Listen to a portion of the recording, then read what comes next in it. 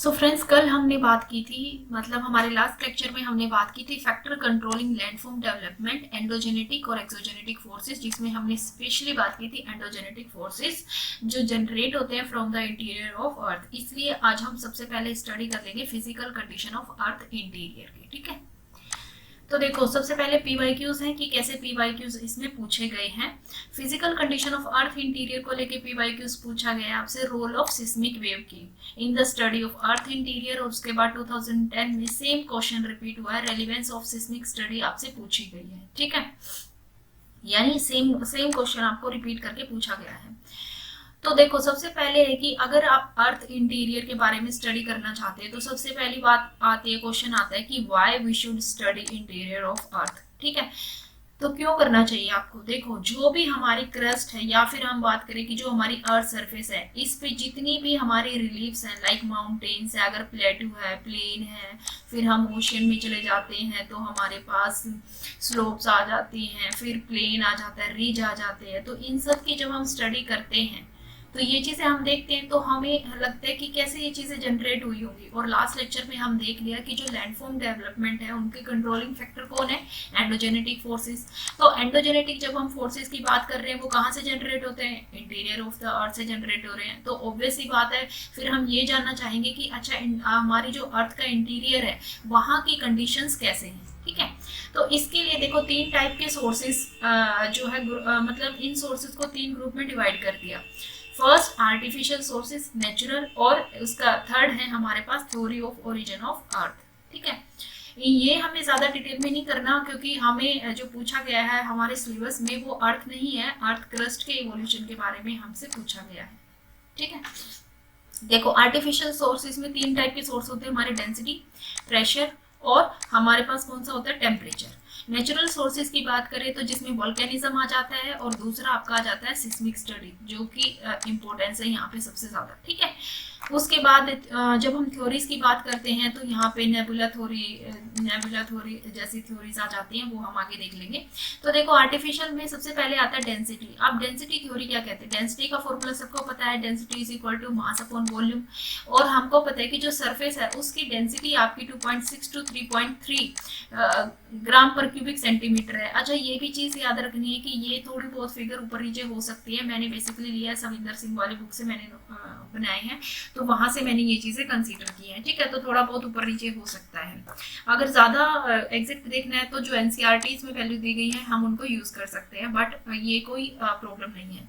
उसके बाद देखो हमको पता है जो एवरेज डेंसिटी है वो 5.5 समथिंग है। तो अगर आपको एवरेज का फार्मूला पता है, एवरेज का फार्मूला क्या होता है, a+b/2। अगर हम दो वैल्यूज का एवरेज निकालते हैं, दिस इज 5.5 और ये 2 पॉइंट समथिंग आ जाती है। और उसके बाद b की वैल्यू यानी कि जो कोर वाला है हमारा, वहां हमें वैल्यू निकालनी है। तो ये वैल्यू कितनी निकलती आती है, अप्रोक्सीमेट 11 के समथिंग ये वैल्यू निकल के आती है। तो इससे हमें क्या पता चला कि जैसे जैसे हम interior of the earth move करते चलते हैं वैसे वैसे जो है डेंसिटी बढ़ती चली जाती है, और कोर की डेंसिटी जो है हमारी ज्यादा होती है एवरेज डेंसिटी से। ठीक है, अब डेंसिटी को लेके दो टाइप के व्यू दिए गए साइंटिस्ट के द्वारा। हालांकि डेंसिटी से रिलेटेड कोई क्वेश्चन अब तक नहीं पूछा है, बट ये पूछ सकते हैं क्योंकि डेंसिटी की स्टडी के बेस पे ही हमने सबसे पहले आइडेंटिफाई किया था कि जो इंटीरियर ऑफ अर्थ है वो 3 लेयर्स में बटा है, सियाल, सीमा और नीफे। दैट इज वाई ये हमारे लिए इंपॉर्टेंट हो जाता है इसकी स्टडी करना। देखो फर्स्ट व्यू आपका कहता है कि जो अर्थ का सरफेस है उसकी केमिकल कंपोजिशन और ऑर्गेनाइजेशन जो होती है वो सेम है। इसका मतलब क्या हुआ कि जैसे जैसे हम नीचे की परतों में जाते हैं, यानी जैसे जैसे इंटीरियर ऑफ द अर्थ में मूव करते हैं, वैसे वैसे हमारी डेंसिटी जो है वो बढ़ती चली जाती है। और उसका रीजन क्या है कि आपकी प्रेशर बढ़ता चला जाता है। कैसे, देखो जब हम नीचे जाते हैं तो क्या होता है कि लेयर्स जो है वो बढ़ती चली जाती है नीचे की, जब हम नीचे की तरफ मूव करते हैं तो जो सुपर इनकम्बेंट फोर्स लगता है हमारे पास, जो लोड लगता है लेयर्स का, वो ज्यादा बढ़ जाता है, यानी प्रेशर ज्यादा हो जाता है। डेंसिटी का फॉर्मूला क्या होता है, density is equal to mass upon volume. और वॉल्यूम और प्रेशर का आपका कैसा रिलेशन होता है, इनवर्स रिलेशन होता है। जब हम क्लाइमेटोलॉजी पढ़ते हैं तब भी हम देखते हैं कि जैसे जैसे जहाँ पे हाई टेम्परेचर होता है वहां पे जब एयर ऊपर की तरफ जाती है तो क्या होता है, प्रेशर रिलीज होने के कारण वो एक्सपैंड होती चली जाती है, यानी वॉल्यूम वहां पे कम होता चला जाता है। तो सेम यहीं पे होता है, अगर प्रेशर बढ़ता चला गया, वॉल्यूम कम हुआ, तो ऑब्वियस सी बात है डेंसिटी अपने आप बढ़ जाती है हमारी। ठीक है, तो फर्स्ट व्यू आपका कहता है कि डेंसिटी जो कोर की ज्यादा है वो इस वजह से ज्यादा है क्योंकि वहां पर जो सुपर इनकम्बेंट फोर्स लगता है हमारे पास, जो यानी परतों का जो भार है वो ज्यादा हो जाता है। अब सेकंड व्यू कहता है कि ऐसा नहीं है कि एक अकेला प्रेशर बढ़ना एक रीजन है डेंसिटी बढ़ने का। क्यों? क्योंकि अगर आप किसी भी सब्सटेंस को उठा के देख लेते हो, हर सब्सटेंस की अपनी एक इलास्टिक लिमिट होती है। ठीक है, अगर मान लो आप प्लास्टिक है, अगर उसी को हम ज्यादा प्रेशर लगाते हैं तो एक प्रेशर के बाद वो चीज टूट जाती है। अगर आप कांच का गिलास ले रहे हो, एक प्रेशर के बाद वो चीज टूट जाती है। तो यानी अकेला प्रेशर जो है वो रीजन नहीं है डेंसिटी बढ़ने का। अब दूसरा अब क्या चीज है, तो यहाँ पे बोला गया कि देखो जब हम दूसरे प्लैनेट्स की बात करते हैं तो प्लैनेट्स की स्टडी से ये फाइंड आउट हुआ कि वो डिफरेंट डिफरेंट केमिकल कंपोजिशंस के बने हैं। अब अर्थ भी तो एक प्लैनेट है, अगर अर्थ दूसरे प्लैनेट की तरह है तो how could be it possible कि उनकी केमिकल कंपोजिशन या ऑर्गेनाइजेशन सेम हो। तो इसलिए ये बोला गया कि जैसे जैसे क्योंकि उनकी केमिकल कंपोजिशंस और ऑर्गेनाइजेशन अलग अलग होती है, इसलिए जैसे जैसे हम नीचे जाते हैं वैसे वैसे डेंसिटी में जो हमारे पास इंक्रीमेंट होता है वो अकेले प्रेशर की वजह से नहीं होता, वो इस वजह से होता है क्योंकि वहां पे मास बढ़ता चला जाता है। ठीक है, और इसके रिस्पेक्ट में इन्होंने एविडेंसेस भी दिए हैं हमारे पास। और एविडेंसेस क्या है कि जो हमारी अर्थ होती है उसकी फॉर्मनेस कैसी है, वो स्टील की बनी होती है, उसके केमिकल कंपोजिशंस जो होते हैं वो भी अनइवन होती है क्योंकि वो भी दूसरे प्लैनेट्स की तरह है। और जब हम दूसरे प्लैनेट्स को स्टडी करते हैं तब हम ये देखते हैं कि वो अलग अलग कंपोजिशन से बने होते हैं। ठीक है, तो इन सब बेसिस पे ये फाइंड आउट किया गया कि ठीक है, दो चीजें पता चल गई डेंसिटी की। जब आप डेंसिटी थ्योरी लेके स्टडी करते हो कि देखो सबसे पहले हम क्या है कि अर्थ हमारी किससे बनी है, डिफरेंट कंपोजिशन से बनी है, केमिकल कंपोजिशन कॉन्फ़िगरेशन उसकी अलग अलग है। और दूसरा जैसे जैसे हम नीचे मूव करते हैं वैसे वैसे कोर की डेंसिटी जो है आपकी सबसे ज्यादा होती चली जाती है। तो इन थ्योरीज पे बेस पे डेंसिटी थ्योरी के बेस पे अर्थ को 3 लेयर में डिवाइड कर दिया गया, दैट इज सियाल, सीमा और नीफे। ठीक है, सेकंड आ जाता है आपका टेम्परेचर वाला। अब टेम्परेचर थ्योरी क्या कहती है कि जैसे जैसे आप नीचे की लेयर्स में मूव करते हो वैसे वैसे आपका टेम्परेचर इंक्रीज होता चला जाता है 2 to 3 डिग्री बाय पर 100 मीटर। ठीक है, ये आपकी, और ये कैसे पता चला कि देखो जब भी आप मान लो कोई कहीं माइनिंग करते हो तो जो होल्स बनते हैं वहां पे जो टेम्परेचर कंडीशंस होती है उन सबको स्टडी करने से ये चीजें पता चलती है कि जैसे जैसे हम नीचे जाते हैं वैसे वैसे टेम्परेचर बढ़ता चला जाता है। अब इसको कैसे क्रिटिसाइज किया गया, इसका क्रिटिसाइज ये किया गया कि अगर ऐसा होता तो क्या होता कि 90 किलोमीटर के बाद कोई भी वहां पे जो भी सब्सटेंस होंगे वो लिक्विड कंडीशन में होने चाहिए, कभी सॉलिड फॉर्म में रह ही नहीं सकते। ठीक है, क्योंकि जैसे जैसे टेम्परेचर बढ़ता चला जाएगा ऑब्वियस सी बात उनका मेल्टिंग पॉइंट कम होता चले जाएगा।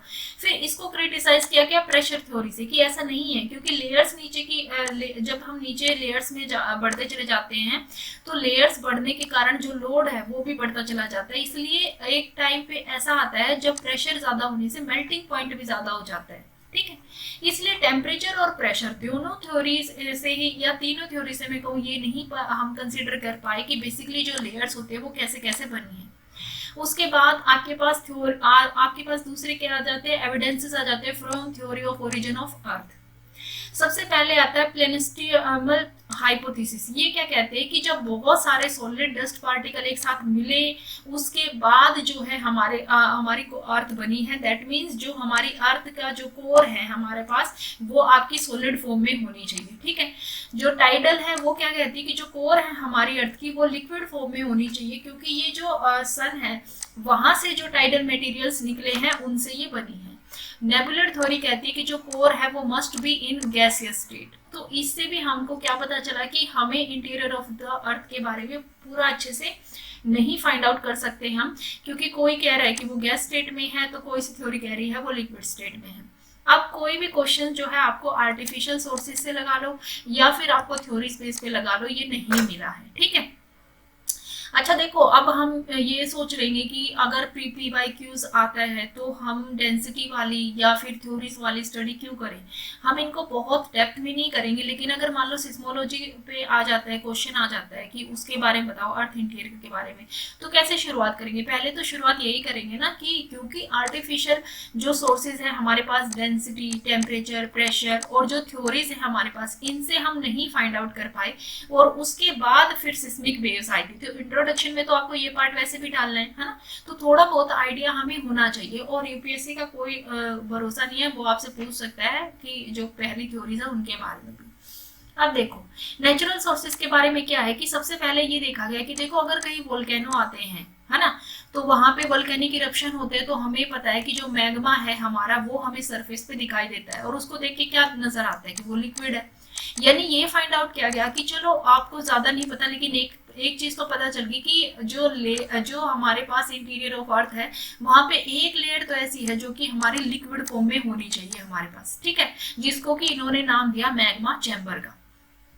अब उसके बाद क्या है कि अगर आपकी सारी लेयर लिक्विड फॉर्म में हो जाती है तो फिर इसको भी कैसे क्रिटिसाइज किया गया, इसको भी प्रेशर थ्योरी के द्वारा क्रिटिसाइज किया गया कि जैसे जैसे नीचे जाएंगे प्रेशर बढ़ेगा, वहां पे मेल्टिंग पॉइंट आपका कम होता चले जाए, सॉरी मेल्टिंग पॉइंट आपका बढ़ता चला जाएगा, और जिस वजह से क्या होगा कि आपके जो वहां पे जो स्टेट है वो आपकी लेयर जो होती है वो आपकी सॉलिड स्टेट में रह सकती है, ठीक है। यानी पूरी तरह से इससे भी हमें पूरा आइडिया नहीं लगा है।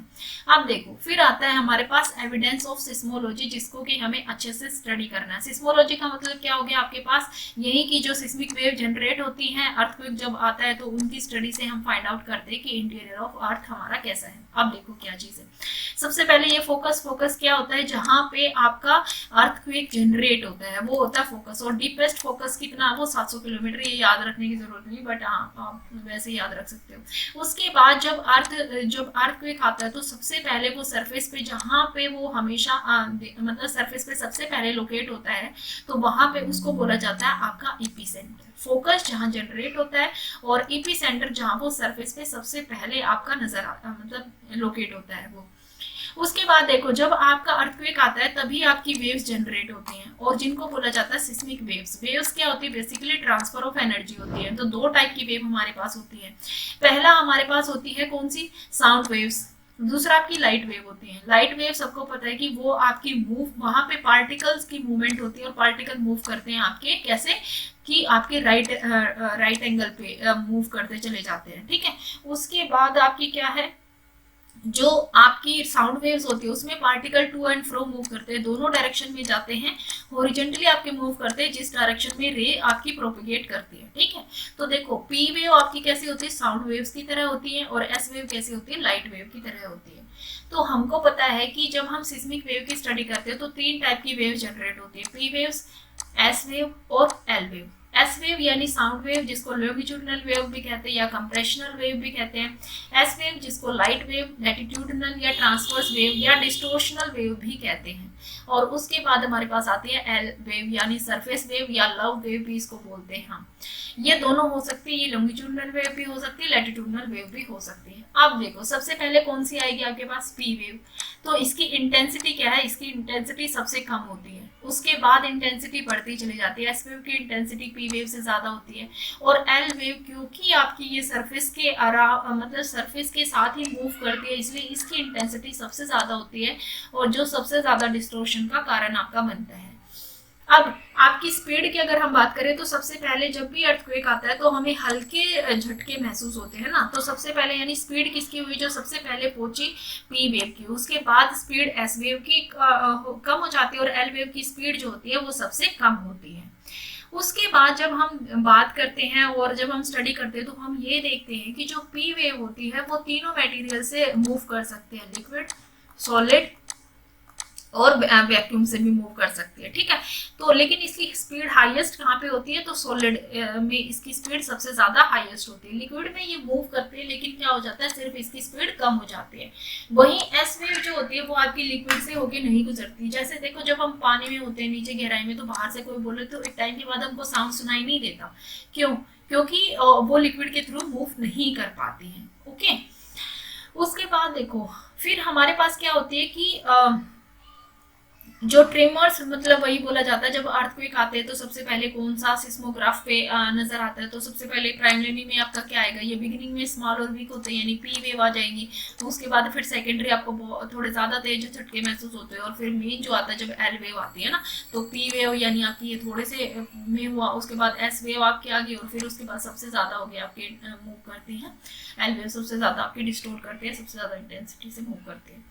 तो देखो दो चीजें हमने देख ली कि जैसे जैसे हमने क्या देखा अब ये कि सबसे पहले कम स्पीड से आई, फिर उसके बाद जो है ज्यादा स्पीड से, फिर ज्यादा स्पीड से। तो क्या देखा हमने कि जो सिस्मिक वेव्स होती हैं उनकी स्पीड जो है वो डायरेक्टली डिपेंड करती है मटेरियल की डेंसिटी पे। यानी जब पी वेव में भी हमने क्या देखा कि सॉलिड में उसकी स्पीड हाईएस्ट होती है, लिक्विड में स्पीड कम हो जाती है। वही हमने एस वेव में भी देखा कि लिक्विड में तो वो मूव ही नहीं कर पाते, मूव वो सिर्फ कहाँ पे करते हैं, सिर्फ सॉलिड में वो मूव कर पाते हैं। ठीक है, तो देखो ये चीज होगी आपकी, ये आपकी होगी जो आपकी क्रस्ट हो गई, ये आपका हो गया आपका मेंटल वाली लेयर होगी, ये आपकी कोर, ये आपकी इनर कोर होगी। तो उसके बाद जब हम देखते हैं तो पी और एस दोनों वेव्स को देखते हैं तो वो आपकी सॉलिड से जाती है, लिक्विड से आपकी नहीं जाती। कैसे पता चलता है कि पी वेव तीनों लेयर से होके गुजरती है, क्योंकि जैसे ही वो इनर कोर पे आती है और उसके बाद कोर से जैसे ही वो बाहर निकलती है तो उसकी स्पीड एकदम से फिर से ज्यादा हो जाती है, और वहां पे हमको सिर्फ दिखाई देती है पी वेव्स। इसलिए हमें ये पता चलता है कि हमारी जो पी वेव है वो सॉलिड और लिक्विड दोनों मीडियम से होके गुजर जाती है, और वहीं पे एस वेव जो होती है एक टाइम के बाद डिसअपियर हो जाती है, जिससे ये फाइंड आउट हुआ कि एस वेव जो है वो सिर्फ सॉलिड फॉर्म में मूव करती है। सेकंड, पहला क्वेश्चन हमारा क्या आया था, देखो जब हम डेंसिटी की स्टडी कर रहे थे तो फर्स्ट व्यू कहता था कि जो अर्थ की कंपोजिशन हुई है इंटीरियर ऑफ द अर्थ वो हमारा होमोजीनियस मटेरियल से हुआ, यही देखा था हमने, है ना। लेकिन सेकंड व्यू कहता है नहीं, हेटेरोजीनियस मटेरियल से हुआ है। अब सिस्मिक वेव कैसे फाइंड आउट करता है, देखो अगर मान लो होमोजीनियस मटेरियल से अर्थ बनी होती, एक ही तरीके के मटेरियल से बनी होती, तो क्या होता, जो वेव्स है वो आपकी स्ट्रेट डायरेक्शन में मूव करती। बट जब हम स्टडी करते हैं सिस्मोग्राफ में तो हम देखते हैं कि जो वेव्स हैं वो आपकी एक डायरेक्शन में मूव नहीं करती, बल्कि वो एक कर्व्ड पाथ फॉलो करती हैं, इस तरीके का, ऐसे नहीं मूव नहीं करती, वो ऐसे रिफ्रैक्ट हो जाती है और उसके बाद कर्व्ड पाथ फॉलो करती हैं। इससे क्या पता चला, इससे पता चला कि जो अर्थ की कंपोजिशन है वो हेटेरोजीनियस होमोजीनियस मटेरियल से नहीं, हेटेरोजीनियस मटेरियल से बनी हुई है। ठीक है, फर्स्ट क्वेश्चन। सेकेंड क्वेश्चन, कैसे पता चला कि जो लेयर होती है वो लिक्विड लेयर होती है नीचे, तो कैसे पता चला, देखो सबसे पहले जब हम पी वेव्स की बात करते हैं तो ये थोड़ा सा डायग्राम क्लियर नहीं है बट बना लेते हैं। ये आपकी क्रस्ट हो गई, उसके बाद हम ये लगा लेते हैं आपका मतलब मेंटल लगा लो, कोर लगा लो। तो यहाँ पे क्या है, जब पी वेव की स्टडी की गई तो एक ये चीज फाइंड आउट की गई कि हमारे पास जब 105 डिग्री पे पहुंचती है और ये आई थिंक 145 डिग्री है, तो यहाँ पे क्या होता है कि 105 डिग्री और 145 डिग्री के बीच में एक ऐसा रीजन आता है जहां पर आपका शेडो जोन हो जाता है, जहां पे आपकी पी वेव नजर नहीं आती है। ठीक है, उसके बाद दूसरा क्या देखा गया कि जो पी वेव है हमने देखा कि वो रिफ्रैक्ट होती है और कर्व में मूव करती है। अब उसके बाद क्या देखा गया कि ये देखा गया कि जैसे ही वो आउटर कोर से बाहर निकलती है वैसे ही पी वेव आपको दोबारा दिखाई देती है और उनकी स्पीड भी दुगनी हो जाती है। इससे क्या पता चला, जब स्पीड दुगनी हुई तो हमें ये पता चला कि उन्होंने वो एक मटेरियल से दूसरे मटेरियल में गई होंगी, दैट इज लिक्विड से वो सॉलिड में गई होगी, क्योंकि हमने देखा है पी वेव की प्रॉपर्टी क्या होती है, सॉलिड में वो ज्यादा स्पीड से मूव करती है। तो यहाँ से पता चला कि आपकी जो लेयर्स होती हैं वो एक लेयर लिक्विड है, तो अंदर की जो लेयर है हमारे पास कोर है वो आपका सॉलिड फॉर्म में है। यहाँ से ये फाइंड आउट हो गया। सेकंड, जब हम एस वेव की बात करते हैं तो वो 105 डिग्री के बाद बिल्कुल डिसअपियर हो जाती है। तो इससे क्या पता चला, इससे ये पता चला कि ओके, और उसके बाद वो कोर में जाने के बाद वो दोबारा अपीयर नहीं होती, दैट मीन्स वो लिक्विड में जाने के बाद डिस्टोर्ट हो जाती है, वहीं पे खत्म हो जाती है, और इसको बोला जाता है shadow zone for S wave. तो यहाँ से क्या पता चला कि ठीक है, एक लेयर आपकी कैसी है, लिक्विड फॉर्म में है। तो आपको दोनों आंसर पता चल गए, यानी आपकी कोर सॉलिड फॉर्म में है और आपका मेंटल जो है लिक्विड फॉर्म में है। ठीक है, ये आपको पता चल गया। यही फाइंडिंग है, हेटेरोजेनस कंपोजिशन देख ली है, इसको मैंने जस्ट थोड़ा सा सिंक्रोनाइज करने के लिए ऐसे लिख लिया। ये भी पता चल गया कि लिक्विड जो है वो आपकी एक स्टेज जो है वो लिक्विड फॉर्म में है, क्योंकि आपकी एस वेव मूव नहीं कर पाती। इनर कोर सॉलिड है, क्योंकि जब पी वेव दोबारा वहां से आती है तो उसकी स्पीड बढ़ जाती है, सॉरी। उसके बाद आपको ये भी पता चला है कि सबकी अलग अलग डेंसिटी है। अब अलग अलग डेंसिटी का मतलब कैसे पता चला, जब उनकी स्पीड चेंज हो जाती है तब आपको ये पता चलता है कि उनकी डेंसिटी जो है वो अलग अलग है। तो क्या पता चला, देखो सबसे पहले 3 वहां पे सेट निकल के आए, पी और एस वेव का जिसमें मैक्सिमम डेंसिटी है। दूसरा पीजी एसजी, ये सिर्फ आपको मतलब ये सिर्फ थोड़ा सा अलग आइडेंटिफाई करने के लिए, बेसिकली है यही कि आपकी डेंसिटी जो है वो आपकी नीचे की परतों में जाते हुए उनकी डेंसिटी बढ़ती चली जाती है, बेसिकली आपका यही है, ठीक है। और 3 टाइप के सेट निकल के आते हैं। देखो जब आप सॉलिड की बात करोगे वहां डेंसिटी ज्यादा हो जाएगी, लिक्विड की बात करोगे तो वहां पे उनकी स्पीड कम हो जाएगी, और उसके बाद जब हम कोर की बात करते हैं तो वहां पे स्पीड ज्यादा हो जाएगी, यानी वहां पे यहाँ पे कैसी वेलोसिटी हुई ज्यादा हुई, यहाँ पे बिल्कुल मैक्सिमम हो जाएगी, और यहाँ पे कैसी वेलोसिटी हो जाएगी, यहाँ पे वेलोसिटी हो जाएगी आपकी मीडियम, ठीक है। तो देखो अब उसके बाद अपर लेयर, अगर इसमें भी अलग अलग एग्जांपल की अगर हम बात करें वैसे तो हमें पता चल गया कि तीनों लेयर हमारी अलग अलग है, लेकिन देखो सबसे पहले ना सेफ्रे ने आपका सबसे पहले उन्होंने रिकॉर्ड किया कुल्पा वैली में किस चीज को रिकॉर्ड किया, वहां पे अर्थक्वेक को रिकॉर्ड किया, और उसके बाद उन्होंने ऑब्जर्व किया पीजी और एसजी वेव्स को कि वो अपर पार्ट में मूव करती है आपकी, ठीक है। और इससे उन्होंने ये फाइंड आउट किया कि जो अपर पार्ट है उसकी डेंसिटी दैट इज कर्स के जो क्रस्ट है उसकी डेंसिटी है 2.7, और यही हमने देखा था डेंसिटी वाले में। सेकंड इंटरमीडिएट लेयर पे को किसने स्टडी किया, कोनार्ड ने, जिसके लिए एक डिसकंटिन्यूटी का भी नाम दिया गया है ना।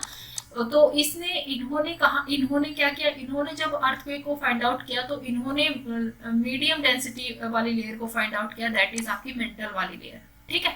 और ये फाइंड आउट किया कि जो एवरेज जो इंटरमीडिएट डेंसिटी आ जाती है आपकी, सॉरी जो इंटरमीडिएट लेयर यानी जो आपकी मेंटल वाली लेयर बोलते हैं, वहां पे कितनी आ जाएगी डेंसिटी आपकी 3। और उसके बाद जो लोअर लेयर है वहां पे आपका जब दोनों की स्टडी करते हैं तो वहां पे आपका ये फाइंड आउट हुआ कि जो हमारी लेयर है लास्ट वाली उसकी डेंसिटी सबसे ज्यादा है, वेलोसिटी वहां पे सबसे ज्यादा है, ठीक है।